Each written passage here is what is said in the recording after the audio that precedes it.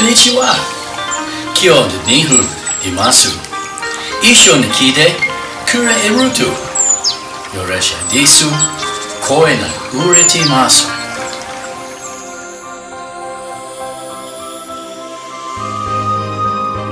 Oh, hello there. Welcome back to the art room. I'm really glad you could make it today. You know, I just love painting back here at the pond. Artists have been painting pictures like this of beautiful koi fish for centuries. They're associated with good luck and prosperity. All you'll need is some watercolors and a piece of watercolor paper. So let's get back to the art room so we can start our koi fish painting.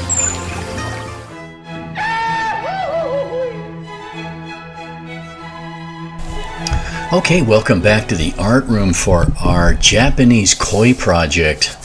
I've always admired these kind of scenes. They're so graceful and the watercolors are so deftly put on, and we're going to try one today complete with the Japanese characters and the chop. So yours is going to look like this, I hope, when we're all done.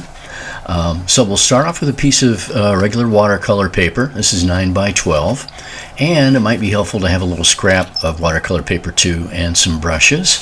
Nice full-bodied sable hair brushes if you have them. And then I've got this decidedly old-school watercolor set here because I thought that might be what you might have at home as you're working along. So let's dip in and we'll get cracking. I'm going to put some water in my little plastic container, add a little black to it, not too much, and you can test this with your scrap paper. And I'm going to lay down some nice water in the shape of a fish body, using my great big brush here and going back and forth. I'm going to stir in some red-orange mix and just let it bleed.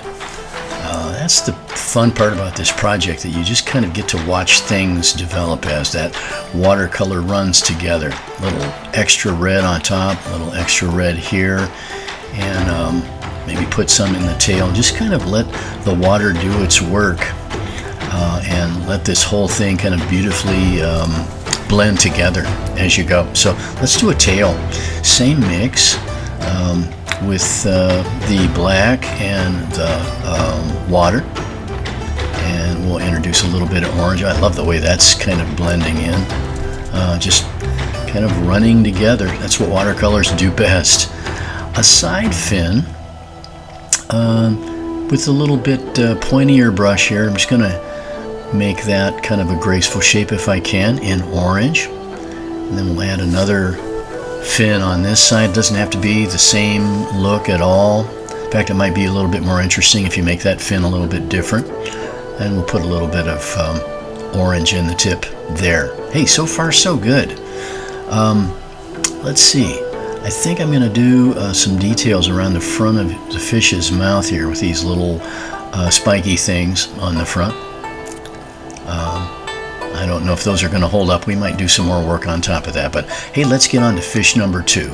Same thing. This fish is kind of swimming a little bit different direction. He's a little bit smaller maybe than our first one.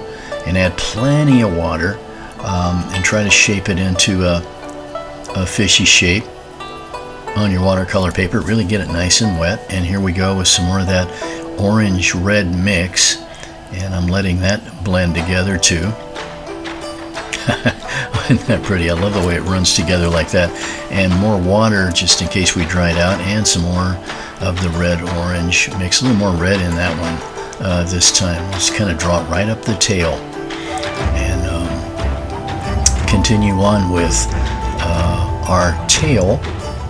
And I want the tail to kind of swoosh over into the neighborhood of, oops, oh, that was great. One of those happy accidents. Picked up a little bit of orange on the end of my brush, and it's running right into the tail, and I love that. I just love the way that looks. Oh, yeah, that was great. So with my smaller brush now, I'm going to add a fin. Let's rotate this around, and I'm going to add a little orange, kind of a tail fin here. What kind of a fin, I'm not sure. And blend that in with my small brush and flip them back over. You know, I kind of like it back around the other direction, I think, now that I'm looking at it. We'll see. So a little bit of black into the tip of my second fish and stirring in some water to make those colors bleed together. And then taking off a little bit of paint with a little bit drier brush, blending everything. We'll add our little details to the fish's mouth here. Okay, how about a side fin? And oh boy, whoops, I don't like that. Oh boy. So let's wipe that off with a paper towel. That's the great thing about watercolors, you can remove them. I just went way too dark there. Let's put a little orange on top. Still a little too dark. Let's wipe it off again. Okay, I'm starting to like it now. And a little bit of orange in on top. So let's see. A problem here. All the artist's face. How do I get around that fin that I'm not real happy about? Let's see. I think I'll darken up the part of his body, and I think I'll put a little of that same color in the other fish's fin, and then I'll use my paper towel to wipe that back. And okay, all right, now we're cooking. All right, just some of that artist stuff where you reach a sticking point and you're kind of afraid you might have ruined the whole thing. Happens to me all the time. So anyway, other fin over on this side, just kind of a watery orangey mix here, a little bit of gray. And I'm keeping everything as loose as I can and graceful too. And we lost the black out of our nose of our second fish, so let's put that back in. Hope yours is going okay. It's a trial and error process, as you can see. You put down some water, you let it run, you see if you like it, you take some back. All good stuff. If you're a watercolorist, you know what I'm talking about. And okay, yeah, flipping it back around, I like it on this side.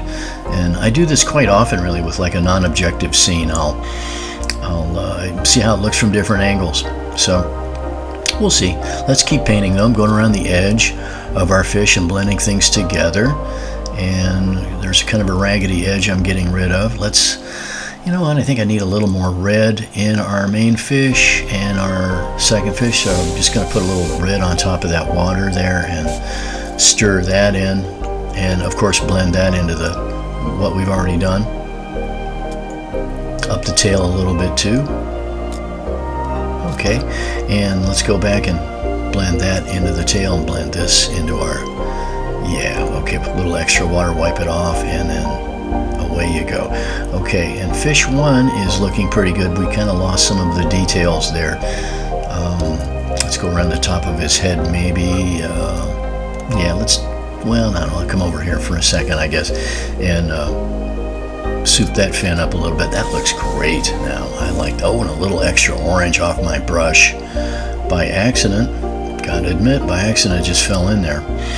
And we'll renew those details on our fish, of our first fish, and that fin too. Okay, hey, I'm kind of liking it. I hope yours is doing okay too. You know what, though? I do like it back around that way, and it kind of, let's check our first one. It's just fine. And the reason I'm doing this is I need a little room for what's yet to come with my markers, some of our Japanese calligraphy. So if you go to the Google search, and if you type your name in the English to Japanese box, let's type in Mr.Shay, okay, and it comes up with Shay. That's great. Shay. That might be what we call the art room here after this. So I'm just copying these characters as I see them right off my Google Translator. So if you were to meet some Japanese person who speaks authentic Japanese, they might actually be able to make out your name on this when you sign it. And I love that. It just adds to the whole thing. So second part of this is what we call the chop. So a chop is just a mark that you as a Japanese artist get to make up. It's just a bunch of shapes and different geometric patterns, and this is the one I'm going to make up for me. Shay-Shi's new chop here. That's just kind of my identifier. So if you see that on any of my work, you know that I made it. So, okay. Oh, I love it. I just love it. I love the way it turned out. And I hope yours worked out well. Thanks for coming along on this journey with me.